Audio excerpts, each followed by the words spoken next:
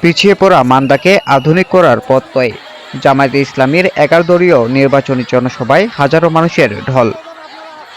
মান্দা থেকে মান্দা প্রতিনিধির পাঠানো ভিডিও ও তথ্যে দেখুন বিস্তারিত প্রতিবেদন। একবিংশ শতাব্দীর চ্যালেঞ্জ মোকাবিলায় এবং একটি আধুনিক ও বৈষম্যহীন মান্দা উপজেলা গড়ার প্রত্যয় নিয়ে অনুষ্ঠিত হল জামায়াতে ইসলামীর বিশাল নির্বাচনী জনসভা। গেল রবিবার মান্দা উপজেলায় 11 দলীয় এই নির্বাচনী সভার আয়োজন করে বাংলাদেশ জামায়াতে ইসলামী।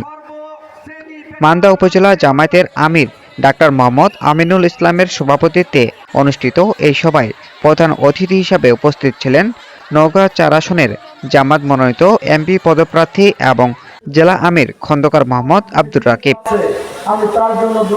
এছাড়াও বিশেষ অতিথি হিসাবে উপস্থিত ছিলেন ওলামা বিভাগের জেলা সভাপতি ও উপজেলা চেয়ারম্যান পদপ্রার্থী মাওলানা মোহাম্মদ মোস্তফা আল আমিন সহ উপজেলা জামায়াত ও অঙ্গ সংগঠনের শীর্ষ নেতৃবৃন্দ।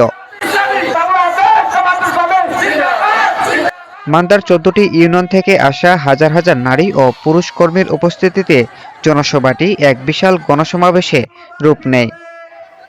জনসভায় প্রধান অতিথির বক্তব্যে খন্দকার মোহাম্মদ আব্দুর রাকিব বলেছেন, নির্বাচিত হলে দলমত নির্বিশেষে সকলকে নিয়ে মান্দার উন্নয়নে কাজ করবেন তিনি।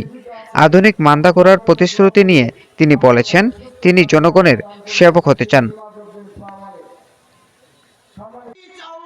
তিনি আরও বলেছেন, আমার সাথে দেখা করতে সাধারণ মানুষকে কোনো মধ্যস্থতাকারীর প্রয়োজন হবে না। বেকারত্ব দূর করতে কারিগরি প্রশিক্ষণের মাধ্যমে কর্মসংস্থান সৃষ্টি এবং মা ও শিশুদের জন্য উন্নত চিকিৎসা কেন্দ্র স্থাপন করাই হবে আমার অন্যতম লক্ষ্য।